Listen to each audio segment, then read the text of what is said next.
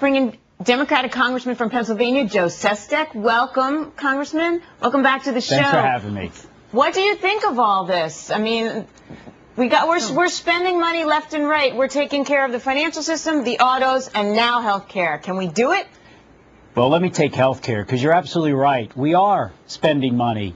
Because of the 47 million that are uninsured today, you actually, for your health care, your own personal health care right now, pay about $400 more because of that. And the studies show for a family of four right now today, we're spending about $1,100 more per health care plan. So let's do something about that, because we're paying for it one way or another. My concern is this. Yes, to cover the 47 million Americans who are uninsured, not just because I think it's responsible, but because we lose $100 billion a day in lost economic productivity. In fact, Tracy, we lose, because of the 82 million Americans who lose their health care in addition 1 to 2 months, we have another 100 billion plus that we lose in productivity per year. That's why the president's trying to retool our economy, with health care reform a significant part of it. The part of the discussion is, how do you pay for that, Congressman? And you voted for the stimulus, for the TARP, for the auto bailout. You say yes to it all. Did you see what interest rates did in the past week? We had a spike to 4% on the 10-year. People are saying to Washington, stop the spending, cut the deficit. Are people paying attention to that in Washington? You know, you're absolutely right.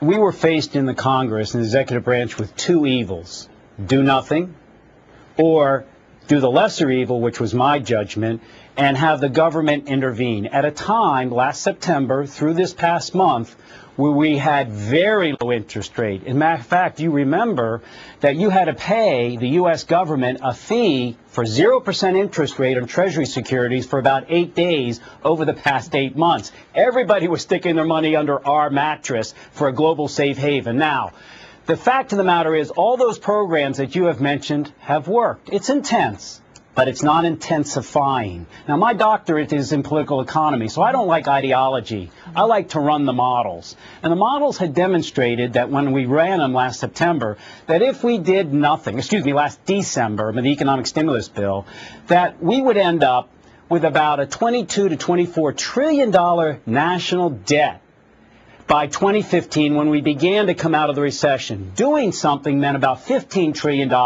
when we began to come out of the recession by about middle of 2010. So it was the lesser of two evils. Now, let's shift to the second adversary, which is raising long-term interest rate, and begin a pay-as-you-go government and find where we're going to have the revenues to offset the cost of health care reform. But is now the time to be doing this? I mean, as you said, maybe it was necessary to do what we did. We spent a load of money. Dagan's right.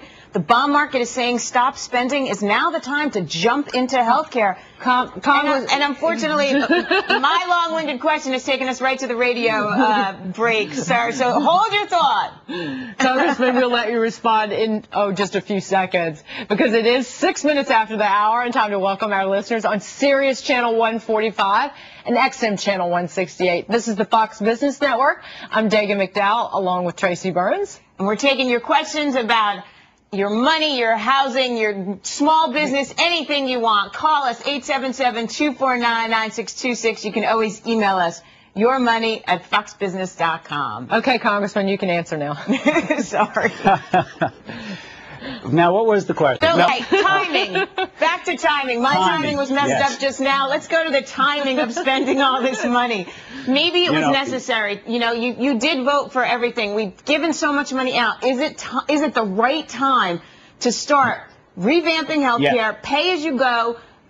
I mean, we're going to see increases in taxes. Is this what the consumer needs right now? You know, it is a very good question. And I've come down on the side, after deep thought, that it is the time.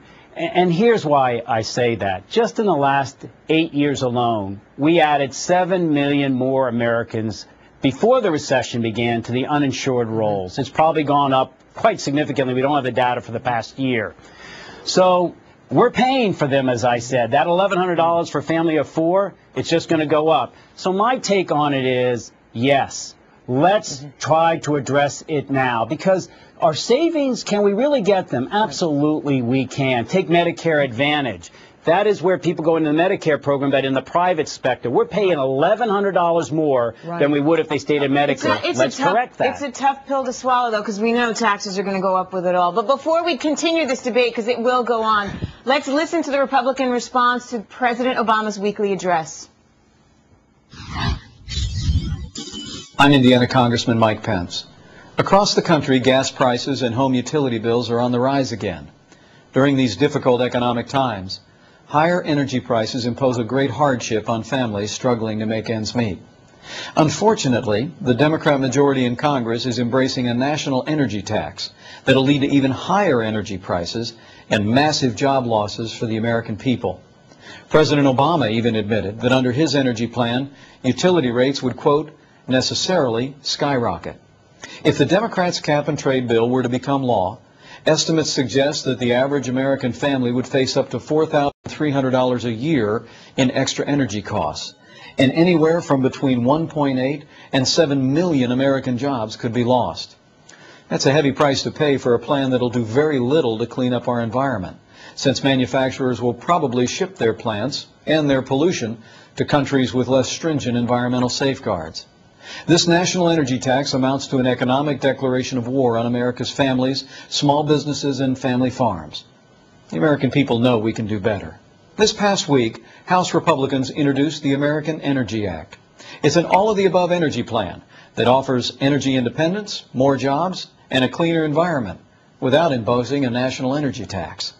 The Republican energy plan calls for more domestic exploration for oil and natural gas, a renewed commitment to clean, emissions-free nuclear energy, investments in renewable and alternative energy technologies, and incentives to spur greater conservation among individuals and businesses. The American Energy Act is the comprehensive energy solution this country desperately needs to achieve energy independence, create good jobs, and help our environment. During these difficult times, the American people don't want a national energy tax out of Washington, D.C. We want a 21st century answer to our nation's energy needs. The all-of-the-above strategy of the American Energy Act is that answer. For more information about the American Energy Act, log on to GOP.gov. I'm Mike Pence. Thanks for listening.